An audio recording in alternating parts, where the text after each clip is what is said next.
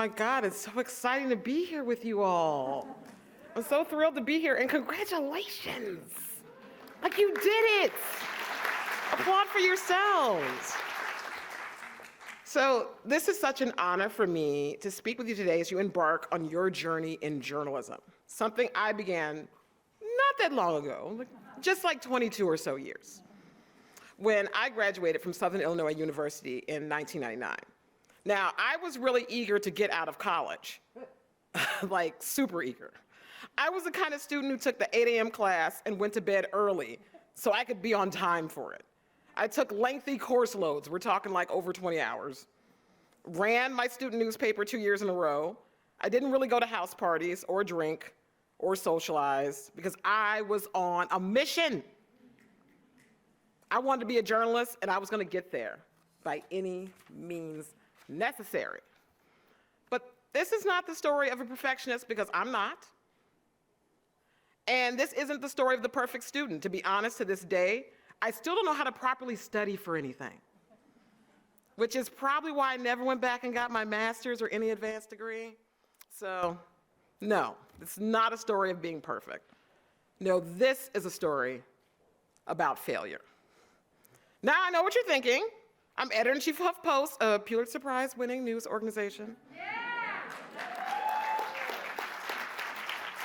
Before that, I was editor-in-chief of The Root, once the largest African-American news website. I once wrote a popular web blog. Remember blogs? That was fun. That was a fun time. It was called The Black Snob. And it got me almost every job I ever had. And I was one of the first women to lead a writer's room in late night television for BET. So I know what you're thinking. Where is the fail? Well, if that were all of my journey, this speech would be exactly 30 seconds. So I can stop. I'm just going to walk off now. Oh, okay. No. There's way more to go. And my pages are sticking together. Here we go. The accolades and success that I have today are all built on failure. I failed repeatedly in my life, at jobs, at romance, and all that failure was necessary to make me who I am today. My first fail happened at 23, so I got failing early. I did not waste time. I had just moved to Texas to take a job as a staff writer for the Midland Reporter-Telegram. I'd never been so far from my friends and family. So like many a lonely 23-year-old from the Midwest, I married my controlling, refused to get a job, refused to go back to school, college boyfriend. This was not a good idea. We totally went into debt by about like 10 grand in 6 months. I was making $22,000 a year. When the money ran out, he bailed, and I went into a tailspin of self-hate.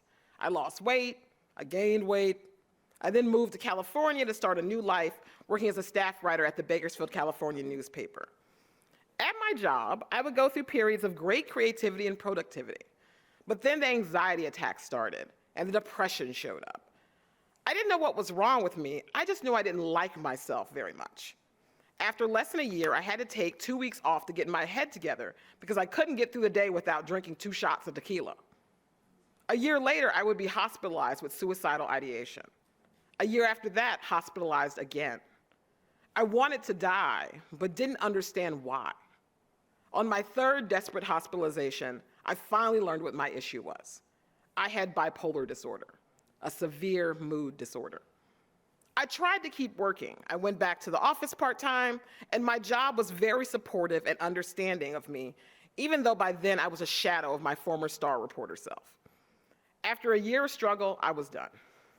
I decided journalism, my one and only true love, was the problem, so I couldn't do it anymore. At 29, I moved back home, back to my old room in my parents' basement. I stopped bathing, I stopped combing my hair, I spent my evenings getting drunk, calling the suicide prevention hotline, looking for any reason to stay alive. These were dark days. But my mother gave me some unintentional motivation. She told me she wasn't gonna pay for my cell phone bill. So I needed to get a job, any job. And so I became a seasonal worker at a Macy's in a dying mall in Florissant, Missouri.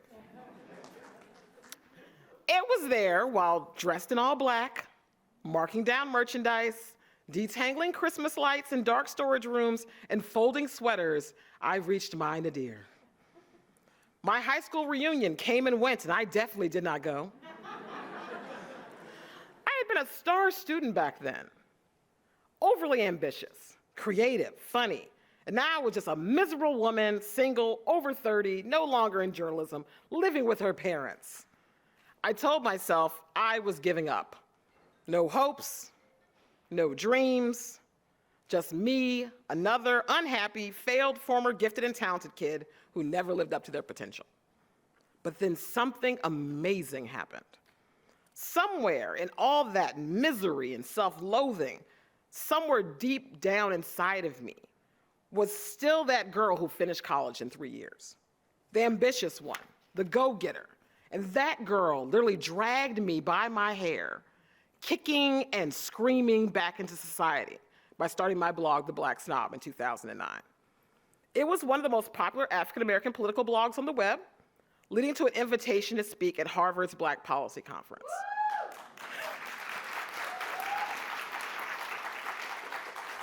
So now, this wasn't like, even though I did this, I wasn't doing that great. I was fresh out of another stint in a mental hospital in St. Louis. But my then doctor told me I should go to the conference because I was the kind of person who needed her dreams as much as her rest. I just had to find a balance. So I went to the conference. Now, was my hair perfect? Did I even remember how to dress or be fashionable? No. Was I even able to take care of myself to a certain extent? Most definitely not.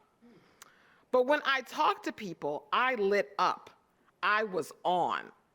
And I was still the charmer, the talker, the engaging person I'd always been. But just because I dug myself out of the depths of depression and wanting to die, didn't mean I stopped failing. If anything, I started failing more, and more artfully. I cashed in my meager 401k and moved to Washington, D.C. I took a job at a nonprofit. I was laid off in 6 months. I got a job as an editor of a now defunct website, only to get pushed out and 6 months later by the owner who changed visions like underwear. I tried to get a job at The Root, y'all. Failed repeatedly at that for nearly 7 years. I was rejected for a job at my hometown paper because one of the columnists told me, quote, they already had too many black women there.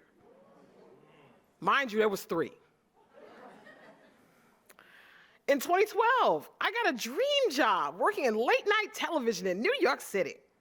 And I was promoted to head writer within a month, even though I'd never been in a writer's room before. Not realizing that was probably a bad sign about what was to come. So our show was canceled by BET in 4 months because none of you watched it. Like literally none of you. Thanks. Thank you to my TV career. But I survived. Failing didn't stop me. It propelled me. Even though I was rejected initially by The Root in 2009. Oh my God. I basically just kept, I just kept asking for a job. Now, mind you, in 2009, when I didn't know what I was doing, I wanted to be in charge of The Root. I wanted to be managing editor, and they kind of patted me on the head and was like, all right, that's real cute, go along on your way. But I stuck with it. I stayed in touch, and I befriended pretty much every managing editor the site had. They usually changed every 2 years, until I was finally hired as an associate editor in 2015. Once there, I seized my opportunity. I wrote long-form features on the Black Lives Matter movement. I recruited freelancers and tons of different writers. I brought the blog Very Smart Brothers to The Root. Oh, thank you. Shout out to Damon in Panama. This led to me being promoted to become The Root's youngest managing editor in the history of the publication.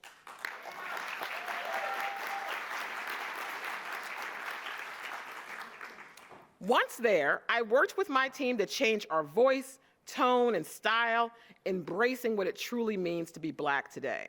and thus growing the site into one of the most popular destinations on the web for Black news, opinion, and culture.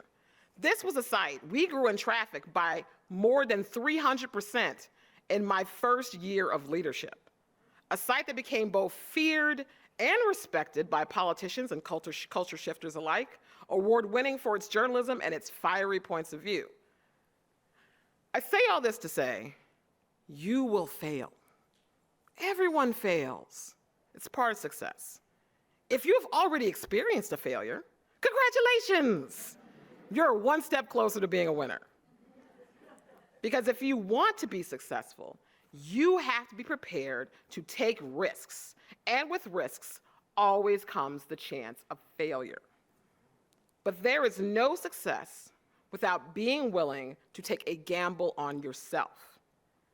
You have to know that you have your own back and that you will never, ever let yourself down. You will meet that deadline. You will get there on time. You will rise to the occasion. But doing this comes with contention, frustration, problems, sometimes poverty. It's not the best paying field y'all decide to go into. It's kind of rough there at first. But if you can survive the lows and a lot of rejection, you can literally survive anything. Do not doubt yourself because you are not an overnight success. That is a luxury very few get to experience. The road to your future wins are paved with losses, but in those losses come lessons. And in those lessons, you grow smarter, stronger, savvier, and more experienced. You become better. Failure makes you better. So don't be afraid of it. Embrace your future, knowing it will not be perfect.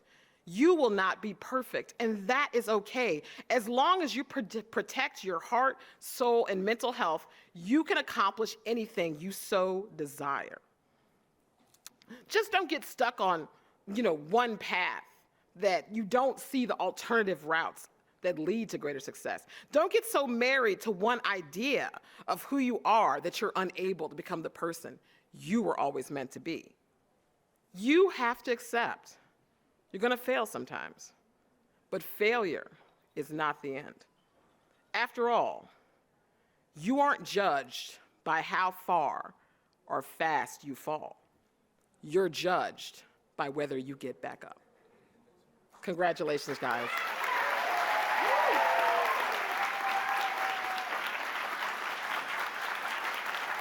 Also, we're hiring. We're hiring for jobs, so please apply.